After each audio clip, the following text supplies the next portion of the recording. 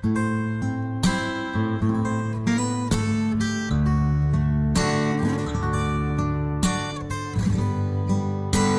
a tua Bíblia, por favor, no livro de Amós, capítulo 5, versículo 24. Amós, lá no Velho Testamento, capítulo 5, somente o versículo 24. Está lá no Velho Testamento. Um dos profetas menores, não que era menor, mas que as cartas, aliás, os livros são menores. Um dos 12. Amós, capítulo 5, versículo 24. Todo mundo achou? Tem a tradução aqui também, eu vou ler a minha tradução. Diz bem assim: em vez disso, corra o juízo como as águas e a justiça, como um ribeiro perene ou um rio que não para de correr. Amém? Assente-se, por favor.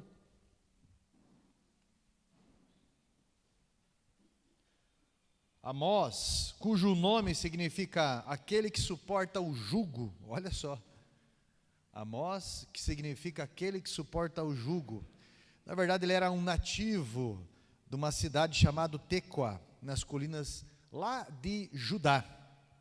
E ele rejeitou ser treinado como um profeta profissional.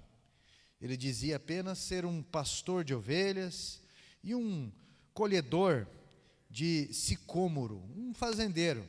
Apesar disso, Deus lhe chamou para entregar as mensagens ao reino do norte de Israel, que estava dividido. Israel havia entrado em conflito entre eles mesmos.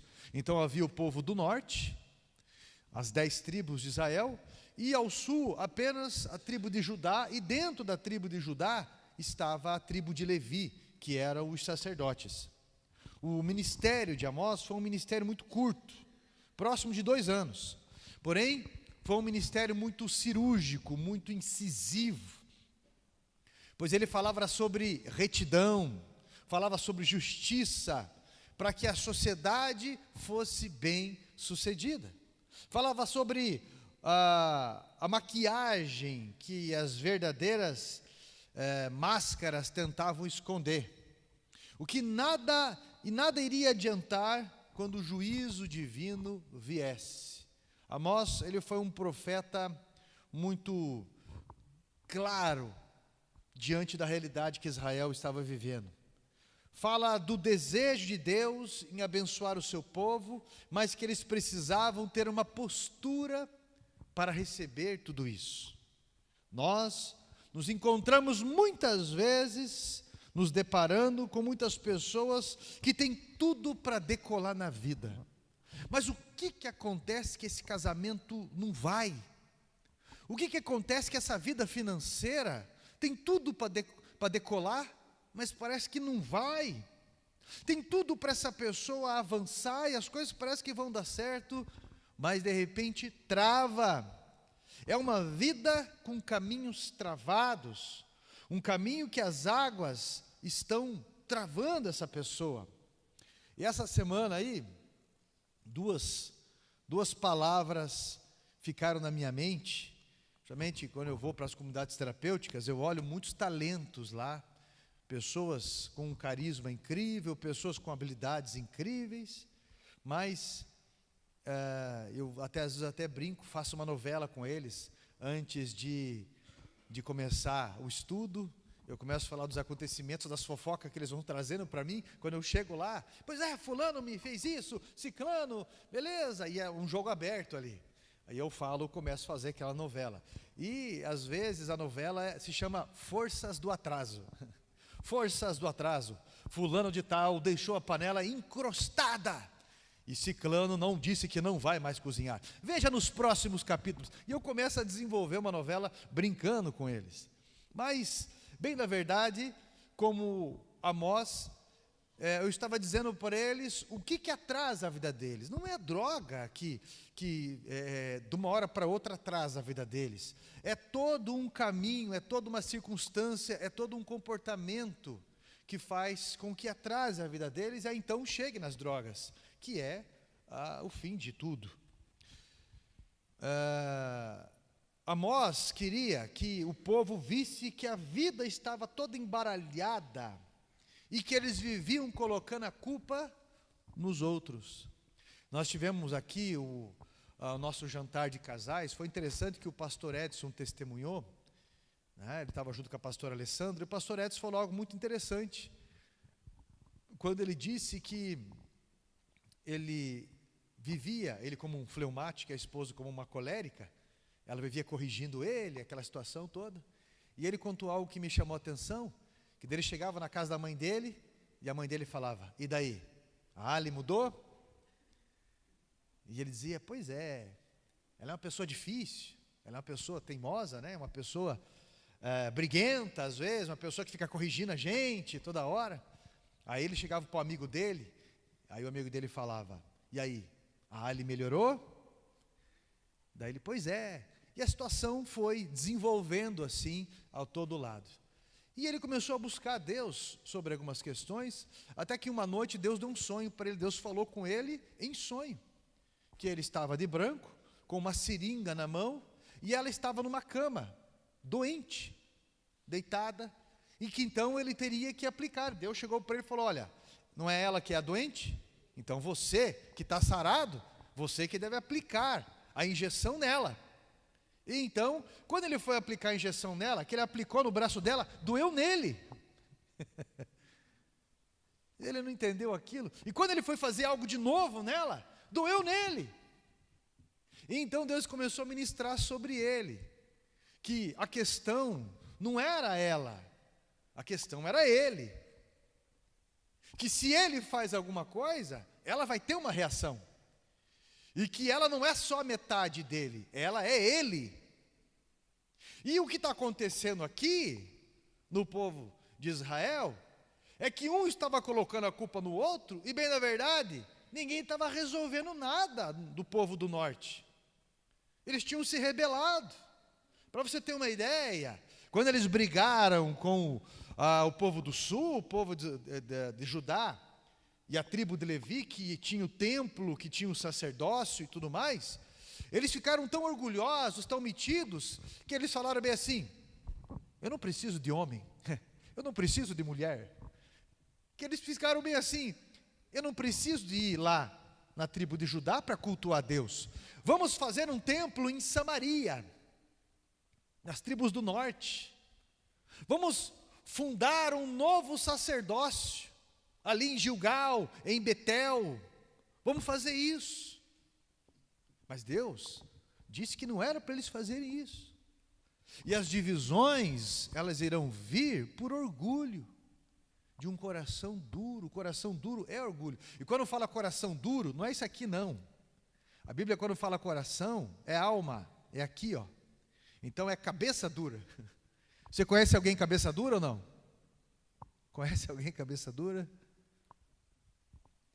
E então, as forças do atraso aconteciam naquelas vidas, porque eram pessoas de cabeça dura.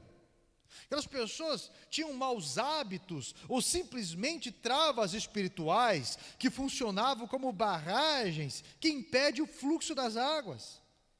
E que Deus estava levantando ali Amós, num caminho que afrontava essas verdades, que chocava essas rochas, para que as águas viessem fluir. Em outras palavras, Amós, o profeta, o fazendeiro, o agricultor, o pastor de ovelhas, estava dizendo para eles: olha, vocês precisam romper com algumas coisas, vocês precisam parar com isso. E eu acredito que muitas barreiras se levantam nas nossas vidas, represando as bênçãos sobre as nossas vidas, por conta dessas travas, dessas cismas, impedindo o fluir do Espírito Santo sobre nós. São como tampas que nos impedem de crescer no Senhor, no ministério, na vida financeira, com o próximo. Às vezes, a vida da pessoa, ela não desenrola. Tem muita coisa para acontecer, tem muita notícia boa que veio e fala: olha, já vai acontecer isso, tal coisa está para acontecer, isso. mas a pessoa está com a cabeça dura. E nós observamos nesse contexto a palavra falando sobre conserto, sobre pecado, sobre acertos, sobre mudança. E que se você não romper, essas bênçãos que estão represadas na sua vida nunca irão fluir. As coisas simplesmente não chegam. Os favores de Deus não vinham para esse povo. As barreiras, elas precisavam ser rompidas. E hoje, eu gostaria que você ouvisse o som das águas batendo nessas rochas. Isso é, o desejo de Deus de abençoar a sua vida, de abençoar a sua família, de abençoar em todas as áreas, as bênçãos de Deus chegando. Eu gostaria que você ouvisse a voz do Espírito Santo dizendo: filho, não represe mais, porque eu quero abençoar você, para de ser cabeça dura. Você precisa romper em nome de Jesus. Tem um hino que nós cantávamos no ano 2000. Rompendo em fé, minha vida se revestirá do seu poder. Rompendo em fé, com ousadia vou movendo o sobrenatural.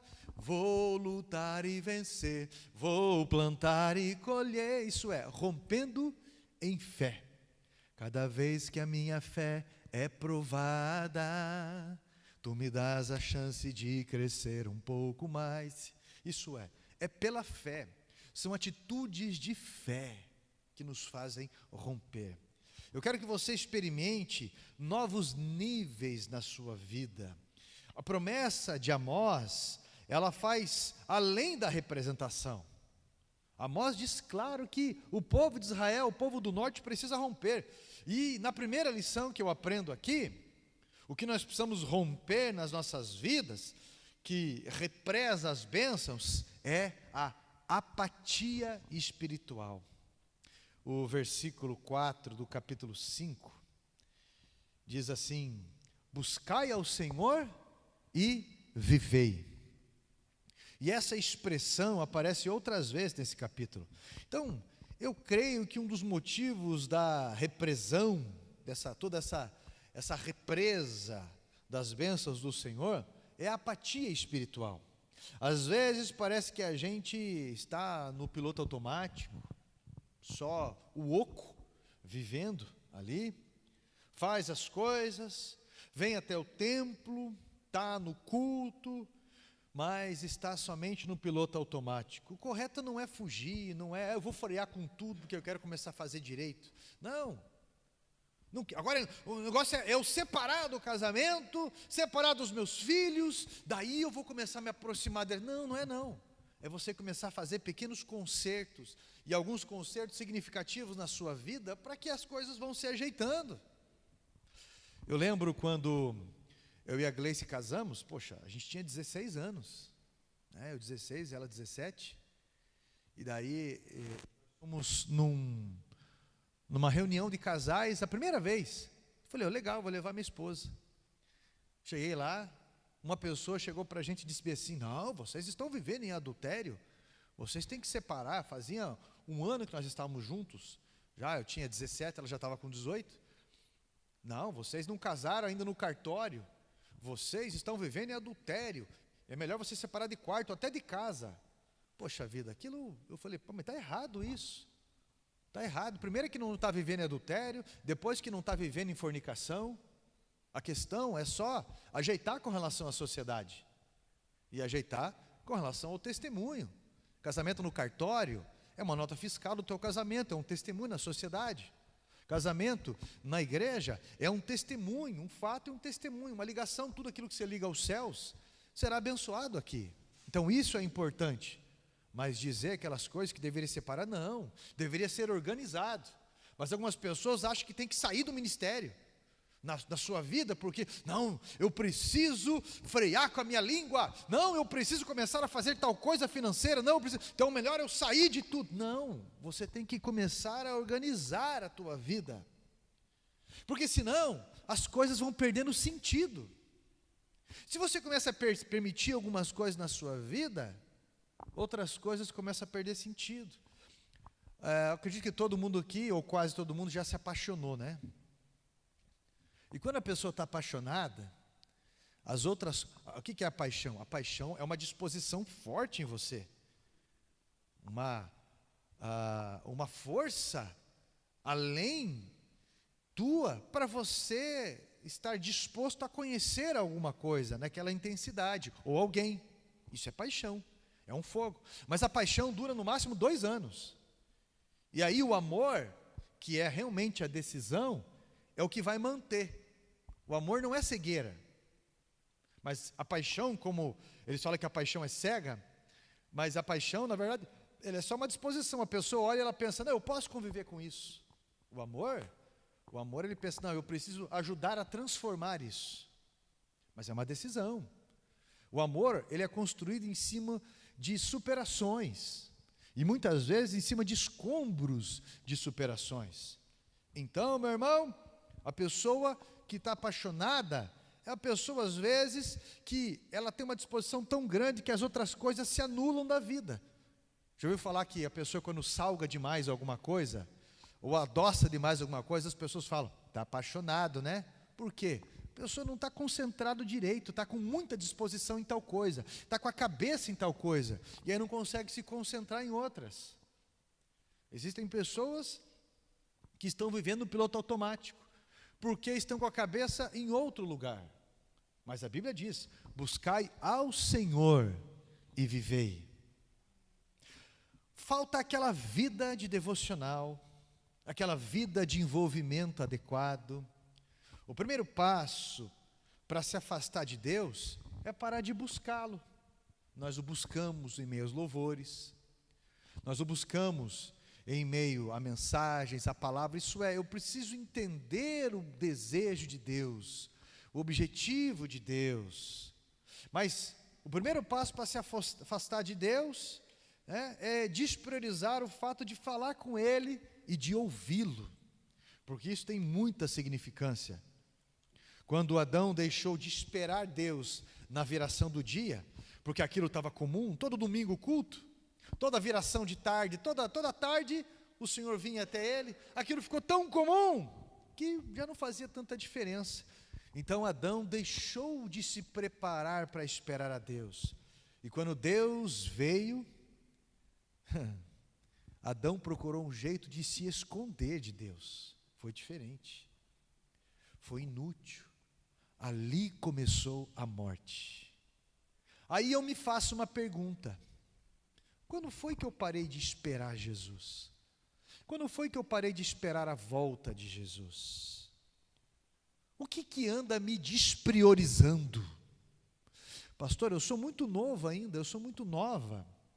Eu tenho uma vida pela frente, então eu não quero me entregar assim de verdade, sabe? Porque eu quero deixar para quando eu tiver mais idade. Agora não, agora eu quero conhecer isso, quero experimentar aquilo, e essa é a minha vida secreta, não é? O que anda despriorizando? Será que eu não tenho fama de vivo e estou morto por dentro? Só operando coisas, só fantasiando imagens? Cadê aquela sede de Deus? Existe talvez uma falta de percepção espiritual. Se você ler o capítulo 4 de Amós, ele está falando que situações complicadas surgiram em Israel e apesar disso, eles não percebiam. Eles não entendiam que Deus queria revelar-se a eles. Teve 3 meses de seca e mesmo assim, não buscavam a Deus. Aí vem uma praga de gafanhoto e arrebenta com plantações. E ainda assim, eles não se voltavam para Deus. Depois vem uma peste e um monte de gente morre. Não teve a pandemia aí? Não está tendo esse influenza agora, modificado? Gente, isso aqui está pior que a pandemia. Pior, está todo mundo ficando perebento, os pulmões estão arrebentando um monte de gente, os postos de saúde estão lotados, ninguém fala de máscara, álcool em gel, não tem uma estatística, porque tudo isso aí é política. A quantidade de pessoas de idade que estão morrendo no Nordeste, a quantidade de gente que me manda mensagem, e de gente ruim, gente forte, por causa de um vírus evoluído, e uma situação séria de pneumonia. gente com abscesso no pulmão, gente com pus dentro do pulmão. E mesmo assim, a Bíblia diz que eles não se voltavam ao Senhor. Aí vem uma guerra. E Amós está dizendo: buscai ao Senhor para que vocês vivam. O capítulo 24 de Mateus fala de rumores de guerra, né? Nós estamos vendo aí sobre o Irã, que atacou uma fronteira de Israel. Depois Israel planejou, atacou certinho ali os disparadores de qualquer míssil nuclear do Irã, atacou os cientistas que enriqueciam urânio, atacou certinho os comandantes, matou tudo aquilo dali. Aí o Irã foi lá e correspondeu agora com mísseis hipersônicos, atacando escolas, residências, civis e tudo mais. Irã e Israel. Aí você vai ver o que está acontecendo ali com a China. Aí você vai ver o que a Índia está fazendo, atacando outro país ali. Aí você vai ver o que está acontecendo da Rússia e a Ucrânia. O que está acontecendo ali? Aí você vai ver o que está acontecendo com esse ditador da Venezuela, que está tentando se armar, e está falando da Colômbia, que a Colômbia está provocando, que a Colômbia está isso. Essa é a ideia desses ditadores aí, e que o presidente desse país admira e faz aliança somente com esses ditadores. Mas nós estamos falando sobre guerras e rumores de guerra, e ainda assim alguns não se despertam para Deus. Buscai ao Senhor para que vocês vivam. E Amós está dizendo que isso está acontecendo nos dias dele, e eu estou dizendo que isso está ecoando até os dias de hoje, que existem crises na nossa vida, situações que não são normais, gente, situações que deveriam nos atentar para refletir o meu posicionamento na vida, e que apelam em mim, para que eu busque ao Senhor. E às vezes nós estamos em uma apatia tão grande, que apesar da seca, apesar dos gafanhotos, apesar da peste, da guerra, a gente não vê, a gente não enxerga. Deus está chacoalhando a terra e dizendo: ei, olha para mim, eu quero que você viva. Eu quero que você viva e eu quero que você viva bem. Eu escutei uma história de um pintor que eu achei interessante. Ele estava pintando, estava com andaime e estava pintando o alto, fazendo desenhos no alto ali de uma catedral. E daí naquele andaime, ele estava tão entretido ali com aqueles desenhos, tão empolgado e fazendo, tão concentrado, que nas tábuas que estavam em cima do andaime, ele estava chegando na beira. E uma pessoa gritou lá de baixo: você vai cair! E ainda assim, ele continuou fazendo ali. E ele gritou. E o cara não escutava, então ele pegou um pouquinho de lama e ele jogou no desenho, pouco de lama. E o cara falou: o que você está fazendo? Ele falou: olha onde você está. Às vezes Deus permite que alguém, ou seja o que for, jogue um pouco de lama na nossa paixão, na nossa fantasia, na nossa ira, porque é um alerta dele dizendo para a gente: você não está vendo que você está caindo? Você está querendo sair da igreja? Você está querendo sair de onde eu chamei você para estar, no ministério, na família? Você está saindo da tua família? Você está saindo disso, está saindo daquilo? Deus às vezes usa um pouco de lama para nos devolver a visão, e Ele mostra isso no Novo Testamento. Um pouco de lama para dizer para a gente: você precisa lavar a tua vista, e você vai voltar a enxergar. Às vezes estamos tão no piloto automático que nós não ouvimos o perigo, que fazemos das pessoas que nos avisam sobre o perigo nossos inimigos, e não são. Ei, meu irmão, Deus está chamando, amém? Segundo ponto, o segundo indício do que precisamos romper para que a bênção de Deus flua em nossas vidas são altares que refletem os nossos interesses pessoais. No capítulo 5, o versículo 5, diz bem assim: porém, não buscais a Deus em Betel, e nem venhais a Gilgal, nem passeis a Berseba, porque Gilgal certamente será levada cativa, e Betel será desfeita em nada. Porque ele aconselha não ir para Betel. Por que ele aconselha não ir para Gilgal ou para Berseba?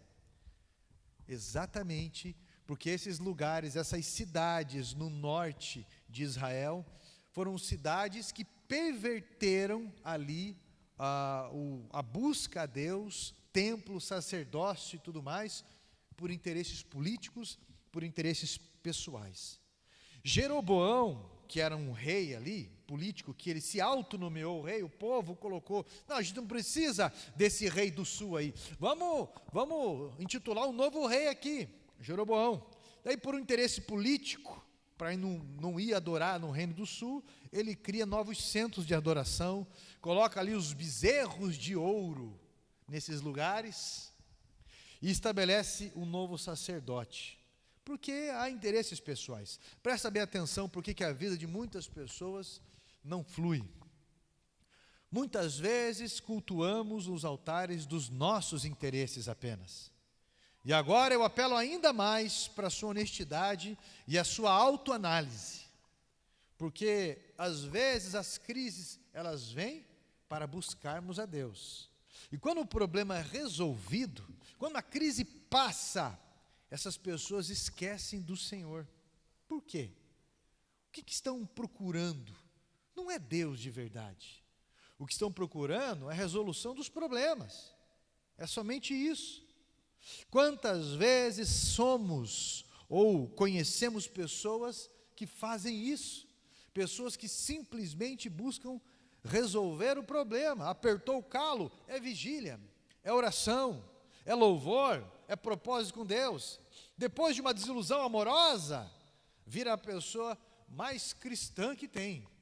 Mas depois, quando passa tudo aquilo, quando resolve, quando alcança alguma bênção, volta para aquela vida apática com Deus, aquela vida que não tem compromisso, aquela vida que vai para o templo esperando uma palavra errada do pastor, vai para o templo esperando um olhar errado do diaconato, esperando uma nota errada do ministério de louvor para ter um pretexto.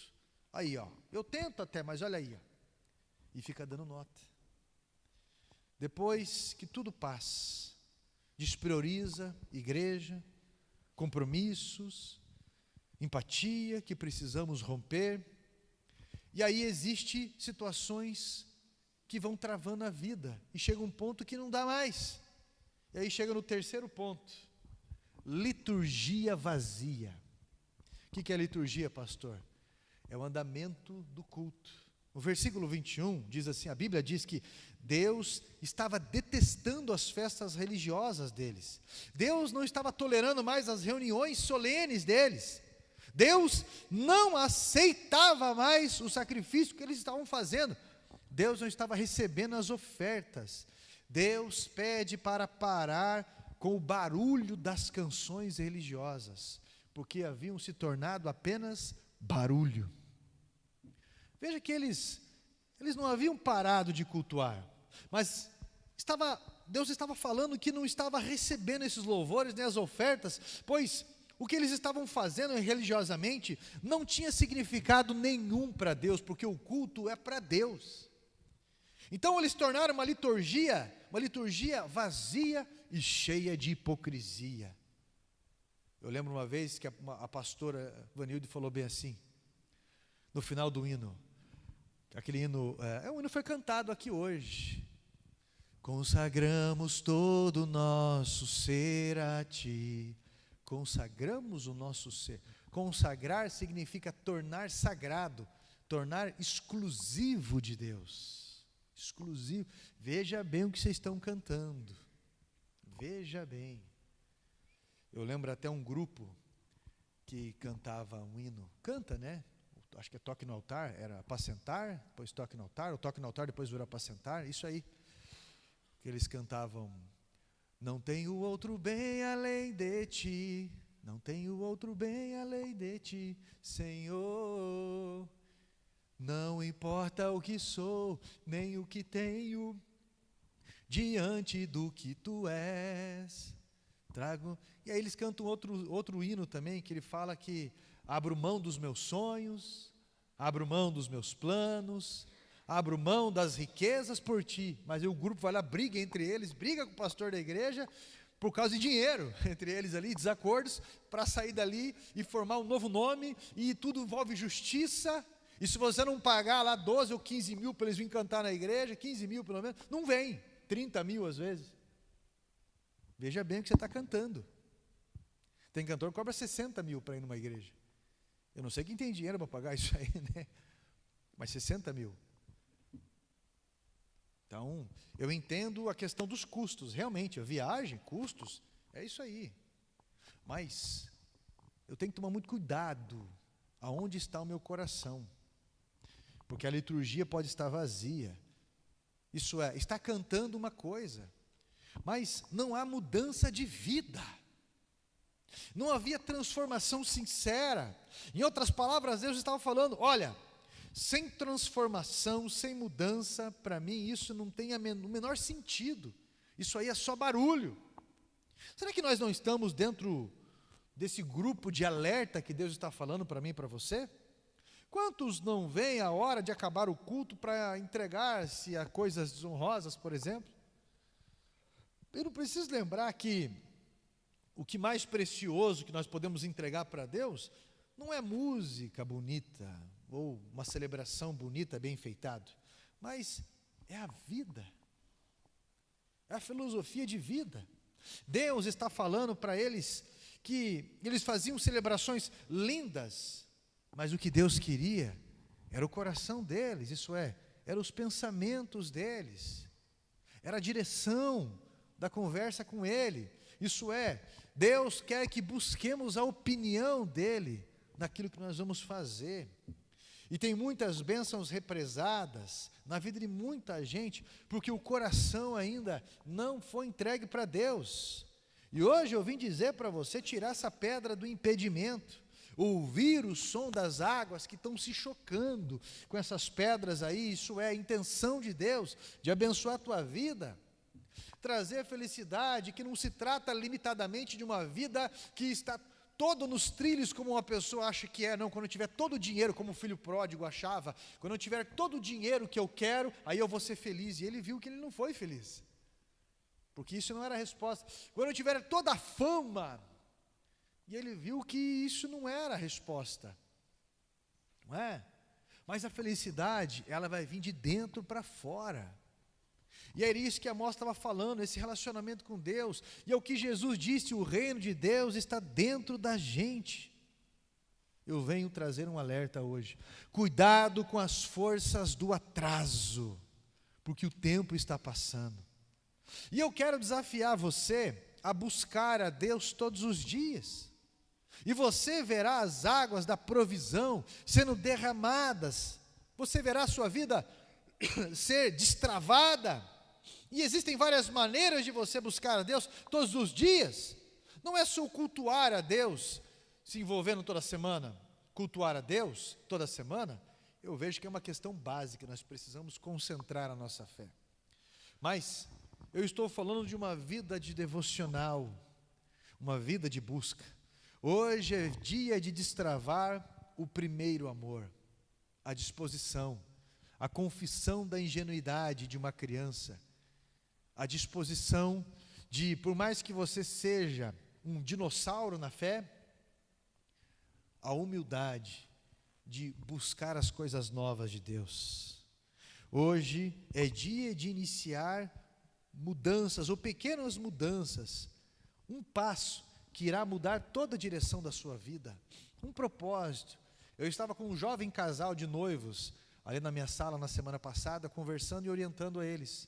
Enquanto vocês não decidirem mesmo, nossa vida é o seguinte, pelo menos no domingo pela manhã ou no domingo à noite, nós temos que estar no culto.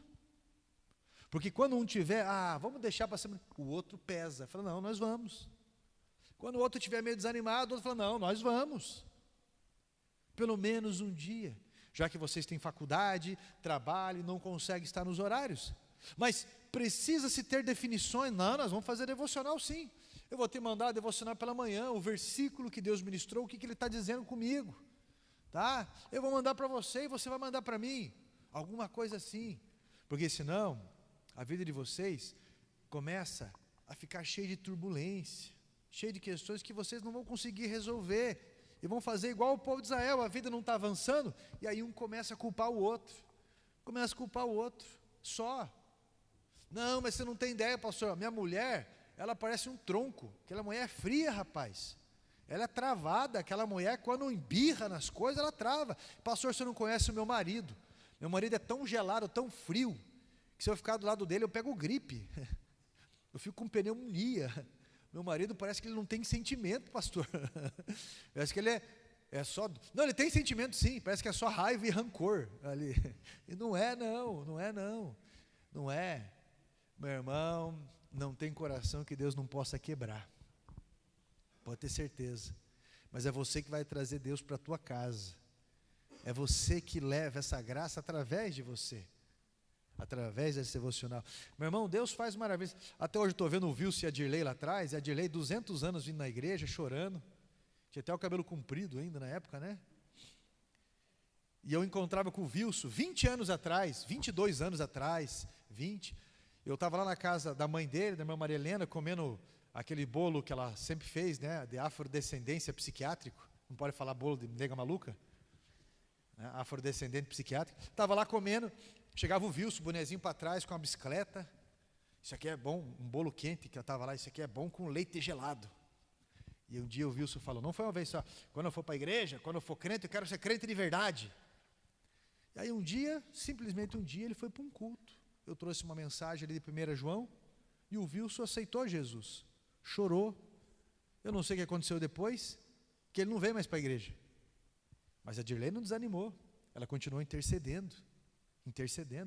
Um ano depois o Wilson voltou para a igreja e não saiu mais. O que eu estou dizendo para vocês é que de uma hora para outra as coisas acontecem. De uma hora para outra alguém chega para você, a Gleice, 4 anos sem vir para a igreja, eu estava vindo para a igreja os 4 anos, ali fielmente na igreja e pedindo, e até a pastora na época da igreja chegou para mim e falou, Carlos, já que a tua esposa não vem para a igreja, e tem todo esse conflito cada vez que vai vir para o culto, não é melhor você ficar em casa e quando estiver tudo bem você volta para a igreja? Foi a pastora da igreja que falou isso para mim na época. Eu falei, pastora, uma coisa eu sei, aquele que me trouxe, o Espírito Santo que me convenceu e que me trouxe, se eu ficar firme aqui, ele vai trazê-la também. Mas se eu ficar em casa esperando isso, eu vou sair da graça de Deus. Eu vou sair. Então eu preciso ser a âncora aqui. Tá? E eu lembro que numa conversa nossa, ela disse para mim, parecia Ruth e Noemi conversando, o teu Deus será o meu Deus, onde tu fores eu irei, essas coisas todas. E aí eu tive que me adaptar, porque eu sempre gostei de estar 1 hora antes na igreja, sempre 1 hora antes, no mínimo, sempre. Né? Aí nós tivemos que nos adaptar em horário, em coisas assim, para poder caminhar junto. Então, meu irmão, é de uma hora para outra que a boa notícia vem, que a herança acontece, de uma hora para outra, que o amor da tua vida aparece, de uma hora para outra, meu irmão, que simplesmente a promoção vem, as coisas avançam, as coisas acontecem, de uma hora para outra, mas quando você vai ver, não é de uma hora para outra. Milagre não é um acidente, milagre é a resposta de um posicionamento. E quando Deus, simplesmente agora eu vou abrir as portas para vocês, simplesmente agora, a graça vem, mas o período de resistência, ele é um molde, a pressão, ela nos faz amadurecer e descobrir os verdadeiros valores, e aí você não é iludido com um monte de brilho que vai ter ao redor, você não vai ser iludido, Deus está chamando você para começar mudanças, para começar a buscar a Deus. Nós temos aqui, não só o culto da manhã, mas à noite, no domingo, nós temos culto aqui na igreja, terça, quarta, quinta, e nós temos o discipulado toda sexta-feira, agora sem corte, toda sexta-feira, prioridade, o discipulado na igreja, porque é sopa e discipulado. Quanto que é o custo disso aí, pastor? Nada, você pode vir para você comer, é uma sopa deliciosa que tem aqui, e depois, cada um vai para as suas salas aqui, para ser ministrado numa aula, não é culto daí, é uma aula que você participa, e é muito bom, gente, olha, modéstia à parte, a igreja aqui, Tem excelentes, excepcionais professores. As mensagens, você não perde o teu tempo cada vez que você vem num culto, porque a mensagem vai vir de encontro ao teu coração, de todos os pastores da semana. Os louvores aqui da mesma forma. Então, meu irmão, nós somos presenteados, agraciados, abençoados. Essa semana não vai ser busca dos próprios interesses. Essa semana, meu irmão, você fará algo exclusivamente para a obra de Deus. Deus abrirá portas nas nossas vidas.